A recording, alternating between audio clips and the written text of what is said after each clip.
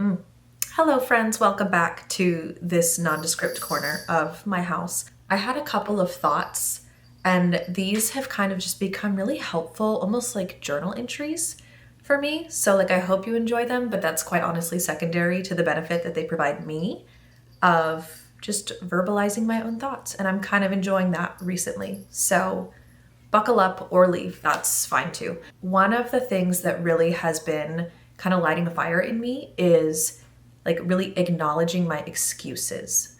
And for me personally, it's like excuses that keep me from making stuff. I would like to call myself a creative person, and in order to do that, you have to make stuff, and I've not been making stuff.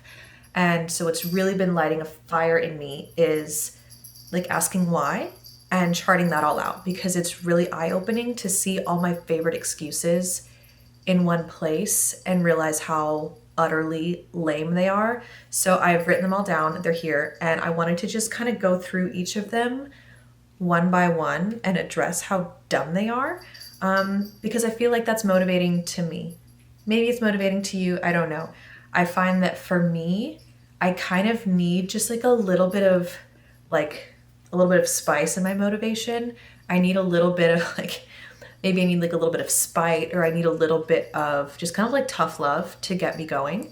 And that's what this is. So if you've seen Cinderella, the scene where the stepmother is giving Cindy her list of to-dos and she's like, the carpet, clean it. There's the large carpet in the main hall. Clean it.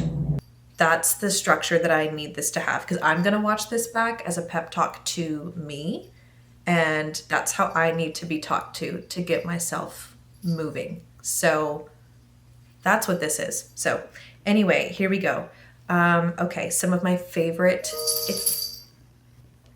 So here we go. These are some of my favorite excuses that keep me from making stuff, and it's dumb. Okay, one of them. Let's see, this one in particular, these keep me from physically showing up somewhere, or showing up here, virtually, or I don't know, they just sit heavy in my brain and it's dumb.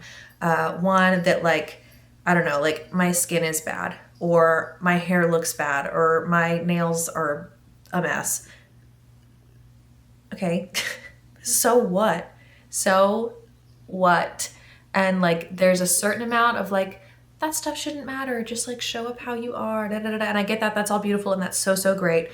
And some of that will take me through the day and some of it won't. And so to the version of me that's letting myself get stuck because of those things, I say, okay, get a brush, moisturize, paint your nails. I know so deep, deep in my soul, there's nothing I can't do if I have fresh red claws. Okay. So paint them. That's all you have to do. I'm maybe not you, I don't know. To me, a fresh set of red pointy claws unlocks the universe. Okay, so literally maybe 10 minutes, not 10, they'd still be wet, but maybe 20 minutes before sitting down for this, painted these on. And you know what? I feel 10,000 times more capable to handle my day. And it's dumb, but that's girl magic for you. So I say, go paint your nails and try again. Okay, let's see. My space is a mess, or my space isn't on brand. Okay, this one has been sitting heavy because we have been in the midst of kind of a remodel in our house, for just construction work in our house. We're in month number 6 right now. And I'm just one of those people where my external settings, I guess, my environment impacts my well-being too much.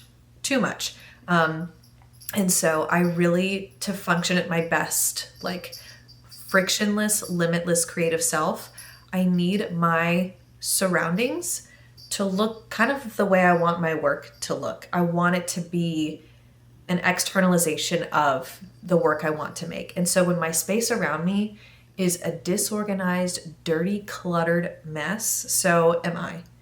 And that's been really tough to overcome. And these are all I get. These are all such silly problems. These are very, very silly problems. And I'm very blessed to have these silly problems. And I know that.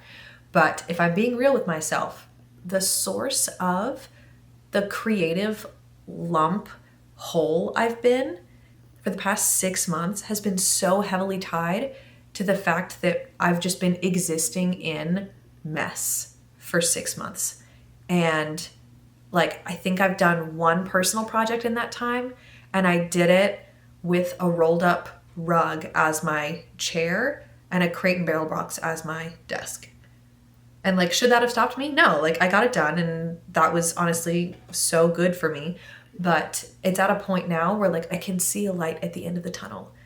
And they're like, we are within a month of being done with this absolute nightmare of a house project. So now that I can see the light at the end of the tunnel, I've kind of run out of excuses. Like, just clean the house. Just clean it. Just paint it. Just fix it. We are so, like, for a long time, this, like, all my surroundings have kind of been out of our control. And it's just like, you would clean, and the cloud of, like, dust and dirt and crap that was living in the air the next morning would settle, and you'd be like, great, did I sweep?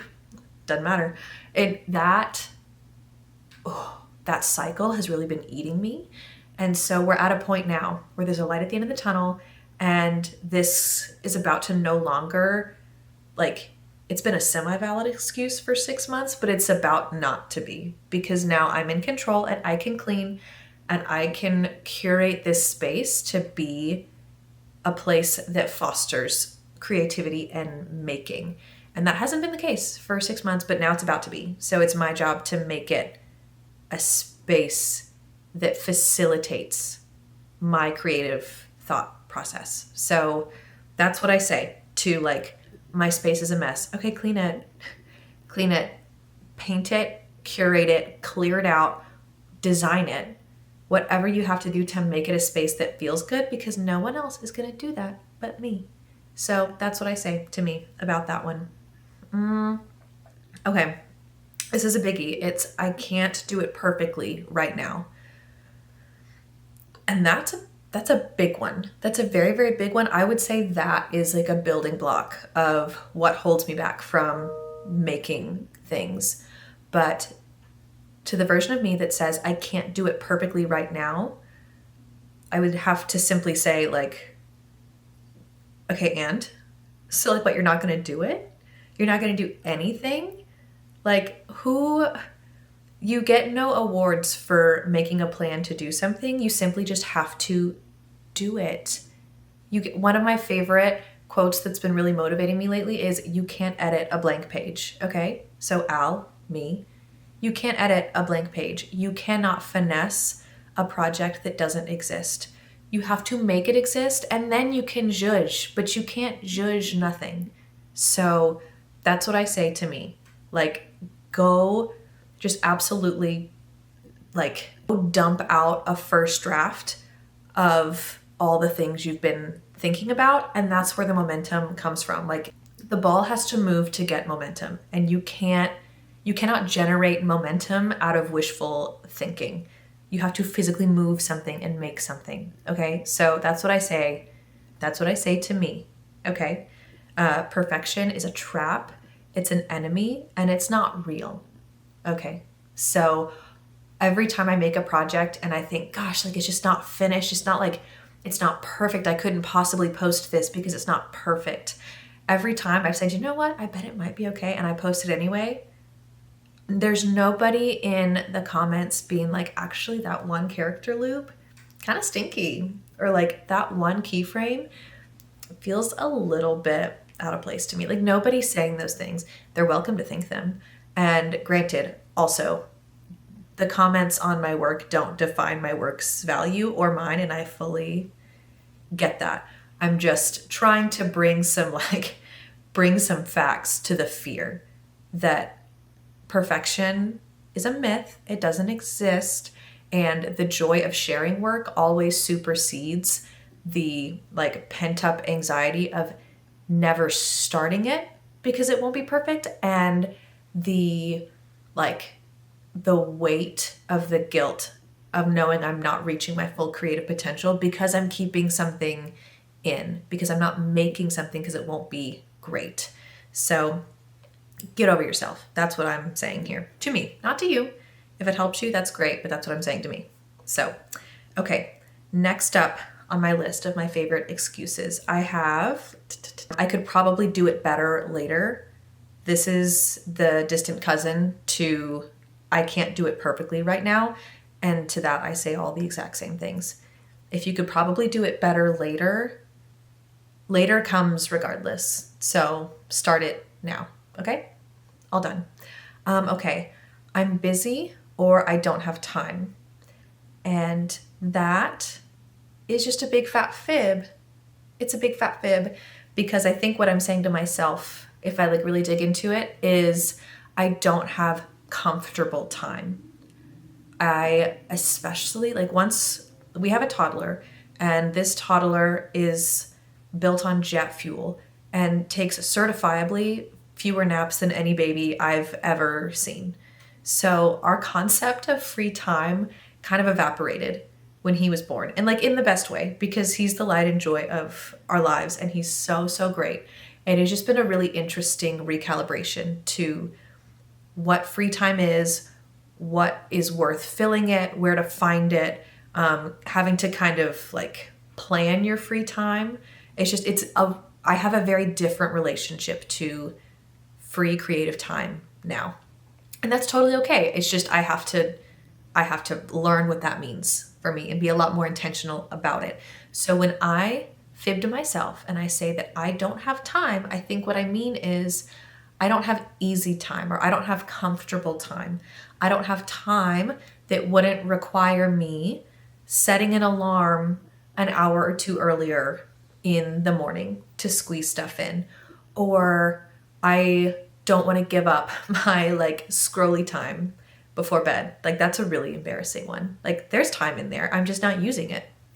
Or like, I don't know, I need to like really work on my sleep hygiene to make sure the rest that I'm getting is efficient, is worth it, is gonna like power me the next day.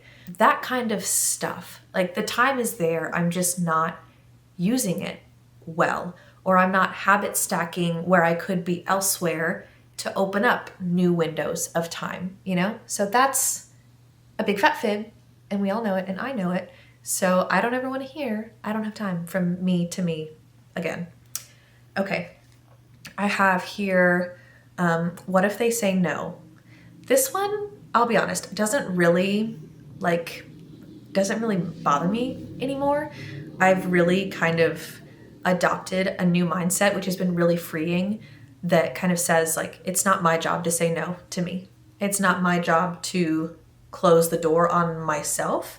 Someone else is welcome to do that. Like somebody else is welcome to say like, actually, you don't have the qualifications we need yet. Or like, now it's just like not the best time, or whatever it is. Like someone else, that's their job. It is someone else's job to say no to me, but I am kind of finished being the one to preemptively cut myself out of the loop or like shortchange myself out of an opportunity.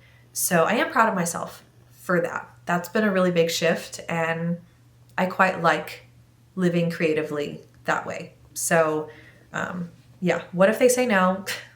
Let them. Okay, this one is tied to a really specific dream that I have right now, and it is that I can't draw well enough. And yes, that is a skill that can be like practiced and learned, but I think what I'm really scared about is like seeing the bad drawings. Like I'm scared of having evidence of my own shortcomings in that way. And I think that like the fear of that is really discouraging me right now. So to myself, I would say, when I say like, I just can't draw well enough. I'm not a good enough artist to pull this off. It's kind of like, okay, well, become one, like be one, make yourself one, like sit down, do the drawings, and be ready to throw them away. Be ready to rip them out and throw them away, like literally a cartoon where they have the wastebasket. It has to be one of those crisscrossy wire wastebaskets. and then you just fill it with like yellow striped paper, all crumpled up with all your bad drawings. Like, nobody gets better by not doing anything. Okay, so get over it and get very familiar with your bad drawings. So, okay, I need to finish something else first. To that, I would say, do you actually? Is whatever you're trying to do truly and honestly dependent on that thing that you haven't done? Or am I using that thing as a convenient excuse? I am the absolute queen of productive procrastination. That, like, I majored in animation, I minored in productive procrastination. Okay, so I find myself doing that kind of a lot. It's like, I think honestly, maybe a little bit of a, what is it? Like a protective, like mechanism, maybe, in that, like, I find a lot of my own self-value in my productivity, which is that always healthy? Hardly ever, but still true. And so when I am kind of scared of a big project, I will find myself popping up all these other little projects as like little tiny shields and hiding behind those and saying, well, I have to do this one first. I have to do this one first, knowing that it's a fib, but getting by on the adrenaline that completing those little bitty projects provides. And that's a cycle that I will let go on for a very long time. So when I say to myself, I need to do X or Y or Z first, I probably don't. I'm probably actually just hiding behind those projects. So I would say, yeah, go ahead and get those done, but be honest with yourself. Don't hide behind them. And like, maybe instead take something from that really big, scary, daunting project and create like those little bitty projects out of that. Create tiny to-do lists out of that project so that as you're chipping away at things, they're not like irrelevant goals. Like, you're chipping away at the big thing. Okay? So there was a lot tied up in that, but that's what I would say to me. Okay. I don't know who I need to know. As in, I think what I'm talking about is like, I don't have the professional contacts in place to move this project or this dream along, to get it in front of the right people, which, like, that, while maybe true right now in this like specific moment in time, okay, what I would tell myself is, one, I think my creative network is a lot stronger than I think it is. It could always be stronger, but I think it is genuinely a lot stronger than I think it is. I have been fortunate enough to work for one of the most massive media companies of all time. So if I'm being real with myself, I'm sure that I know somebody who knows somebody who knows somebody who knows Kevin Bacon, who knows somebody who knows who I need to know to get this dream off the ground. I simply just haven't asked. I just have not asked. And that is that's a big thing for me. I know for a fact that I like to kind of like white knuckle my way through things and like do them without help and do them as independently and as underground as possible, when in reality, like, just asking like, hey, would you happen to know someone who does this? Or I've got this thing, like, would you mind putting your eyes on it and like sharing your thoughts with me? Like, that's how stuff happens. That's how stuff moves, and that's how dots get connected. And so when I get into this headspace where I insist on, like, in my mind, it feels like doing something the right way, like the rightest way. Like, the way that I'm wired, I feel like, I've been wanting to pitch this show for years, and have not made any moves on it, right? Because I'm scared of it. I'm scared that it's going to flop. I'm scared I'm going to make bad drawings, whatever. And so in my mind, like, the most like correct, authentic, non-cheater way to do that is to make the whole thing in silence, underground, not tell anybody, and then just like pop this show up on the internet or somewhere, and it'll just be so good and like so worthy of views, whatever, that then it'll just explode and become a hit. And I think I have I don't know. I don't know where it comes. I'm sure I know if I like dug deep enough. I'm sure I could find where it comes from. But I tend to have this idea that like leveraging in a like respectful and healthy and qualified way, like your network and your contacts and the people in your life, like reaching out to them to be like, hey, I'm trying this thing. Has anyone done this? Could I set up a coffee chat with you to like chat about it? Somehow that registers in my rat brain as like cheating. As like, if the work was good enough, I wouldn't have to do that. If the work could stand on its own 2 feet, I wouldn't need help distributing it, or I wouldn't need help getting it in front of the right people. It would just explode in a vacuum. And I'm pretty sure that's actually physically impossible. I'm pretty sure nothing can explode in a vacuum. I think that right there, that's the nugget. That's what I needed to hear, actually. That's what this whole video is for, okay? So nothing can explode in a vacuum. You have to have, like, it's okay to ask for help and have those connections and let people in on your dream, okay? So the fact that I feel like I don't know the right people for my dream to take off yet means that somewhere deep, deep, deep, deep down, I know that it is going to take other people to make this dream work. So they're out there somewhere. Go find them. Okay?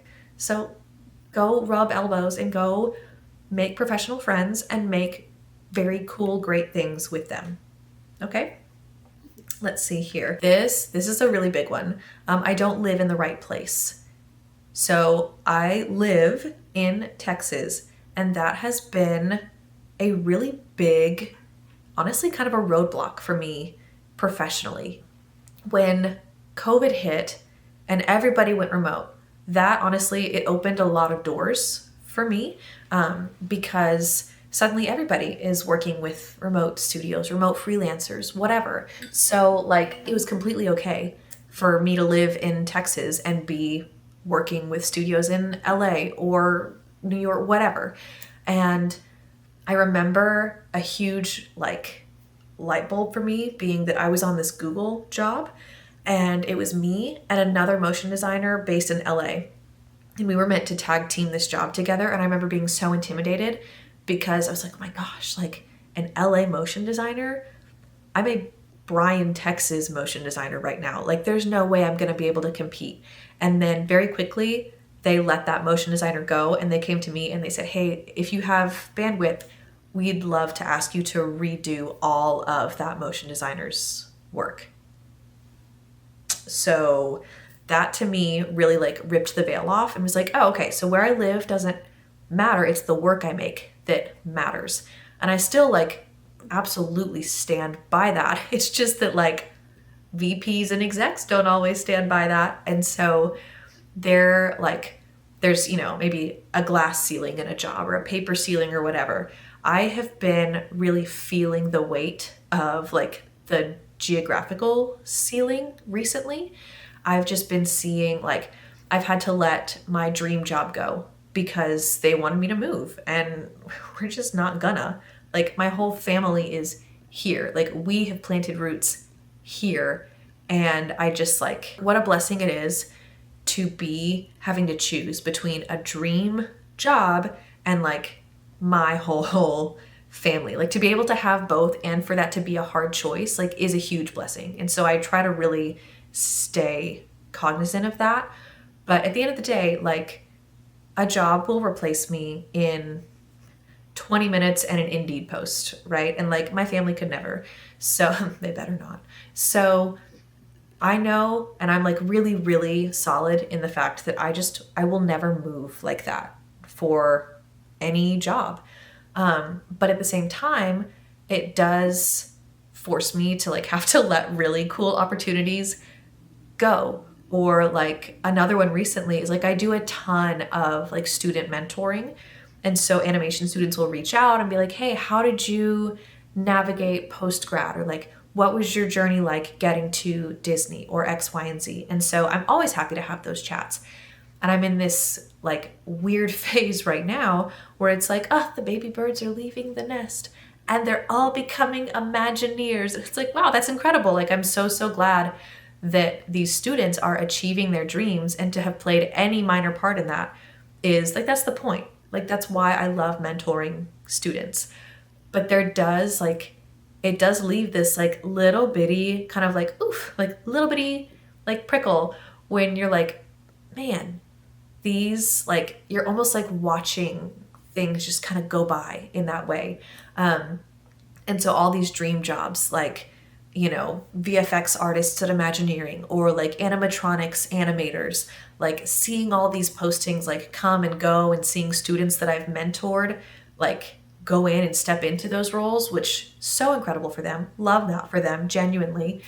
But it does get in my head a little bit where it's like, who could I be creatively if I didn't have this like I don't know, this tie, like this tether, maybe geographically to where I live. And to that, what I would say is like, I wouldn't be anybody because my family lives here. My family is the tether, and my family has made me who I am.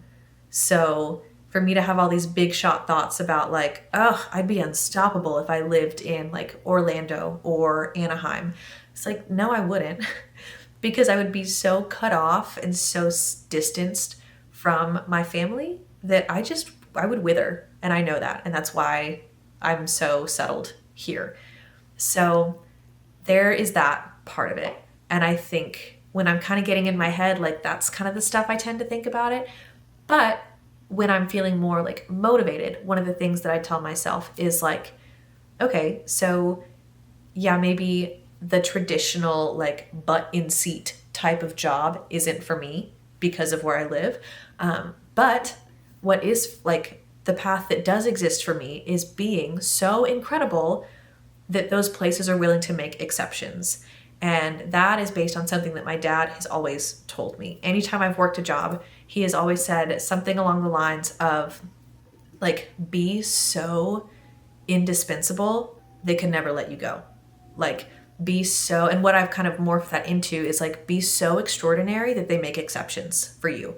And that's happened before. Like, I have been in roles where I have made myself so indispensable, and I have been able to walk in as one person and solve the problems of 3 to 4 people that it just doesn't make sense to let me go. And so it is really validating to know that like I've been able to achieve that before, and it is possible. And it's not, I was not the issue. Like the location was the issue. And like to some extent, like you just get in pickles where there's a VP somewhere that's like, that's not worth it to me. Like it all comes down to stuff like that, you know? So that's what I'm telling myself now when I really feel that pull of like, gosh, if only I lived there or there, like I would be on top of the world, or I'd have my dream job, or I'd be working on my dream project or whatever. I say like, be so incredible that they reach out anyway. And like, it's happening. I am in the process of that happening. I am in the process of like starting to skirt that like prison of having to be like booty in seat 9 to 5 in a certain town and like to have that dream job. I'm in the process of kind of like breaking through that to now being like a name that somebody will kind of like transcend those barriers for and be like, actually, we'd love to have you work on this. And that's where I'm trying to get. So I'm really trying to tell myself that my location is not a barrier. Like it is a tether, but to a very good thing. And it simply motivates me to work that much harder, to be that much more irreplaceable. And that is tough sometimes, but when it starts to work, it is so, so validating. So that's what I'm working on now. And I have to remind myself, like, it has worked before. Like, it has worked before. I've done it before, and I can do it again. Okay. I think another one that I tell myself kind of a lot is like, I have nothing to show. And for me, that usually means like creative work. I don't have a new project to show. I don't have anything new to share. Okay, make something then. Okay, that's what I would tell myself first. Make something then. And okay, so like if I'm in this little pocket where I genuinely like don't have the bandwidth to make something net new, is there something that I have made before that would make for some really cool behind the scenes, here's how I did it content? Okay, then do that. Then do that. Is there a scrap of an old project that was maybe like left on the cutting room floor that never really saw the light of day? Like, whip that out. Like, there is plenty of stuff to show if you look at it the right way. And this, I think, also taps into like another kind of big pressure we feel as creative people, as like, if I'm not sharing anything, like, did I even make it? Like, if I don't have active work out there, like, do I even exist? Like that loop, I really find myself kind of falling into a lot. So granted, need to do some work there to like untie that knot. But in the meantime, the bigger picture is like the fact that I'm feeling this kind of like restlessness over the fact that I've not made anything is a big fat sign to me that I just need to make something, make anything. It falls back on, I feel like I'll see artists like make these posts and they're beautiful, and I'll like, there's a little rat brain narrative in my mind that's like, but I could have made that. But did you? Did you? No. So like, I am my best self when I am making things. I like start to slip and slide into maybe a more like envious version of myself when I'm not making things. And I become envious of my friends' work, of other creatives' work, instead of like just outright celebrating it. Like it should be celebrated, you know? So I'm my best self when I'm making stuff. So I should probably just make some stuff. So I'm gonna make some stuff. I think those were a lot of the big ones. I think I've hit a lot of the major bases of this like big old baseball diamond of excuses that I kind of tend to fall back on. And so I'm really trying for this to be a year of execution and just like really shortening the gap between like having an idea and like executing the idea. Like I love to sit in that gap. I love to live in that gap, but I also kind of like rot away in that gap. So I'm looking to really make that feedback loop as immediate as possible. And part of that for me has been deconstructing these excuses that like lengthen that loop for me. So I think putting a finger on the kind of nebulous things that hold me back is a really helpful part of that process. And so I'm going to play this video back when I find myself sitting in that loop, in that just like purgatory of like maybe, or like someday, or if these conditions were met, possibly. Like I am kind of like, I've had a taste of what it's like when you have an idea and you execute it. And that is, I feel like that's my flow state. That's where I like to be. Like that's where magic happens. And I am insistent on making more magic like this year.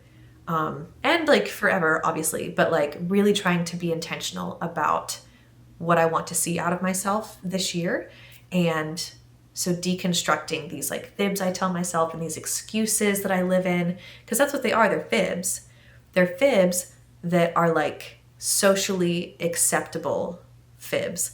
They're fibs that we can all tell each other and be like, oh, I'm just like too busy. And somebody will be like, you know what? You're right. You are too busy. But if I were super honest and I just told someone, like if someone's like, hey, have you pitched that show yet? And I'd be like, you know what? I actually have just been sitting in despair because I'm scared to make some bad sketches. No one would ever be like, you know what? Good for you. You're right. I applaud that. Like nobody would ever. But we say too busy and they're like, oh, you're right. You are so busy. You're so busy. Like great for you. It's like a personality trait. And so really trying to internalize that these excuses are simply just socially acceptable fibs. And I'm over it. I'm over it. So that's really all I have. A little aggressive, but I feel like that's kind of what it takes sometimes to like break through this like barrier I've kind of built, to kind of like break through the like sludge a little bit. So I hope this was helpful for you. It was actually so helpful for me. So that's the point. That's what this is for. Anyway, I am going to take all of this and really try to be intentional and like move with it and just like keep this same intensity and like move that intensity in like a positive direction. So that's my plan. Those are my goals. And I hope this was helpful and maybe like shaking loose some of yours. So that's all for today's corner, and I'll see you in the next one. Bye, friends.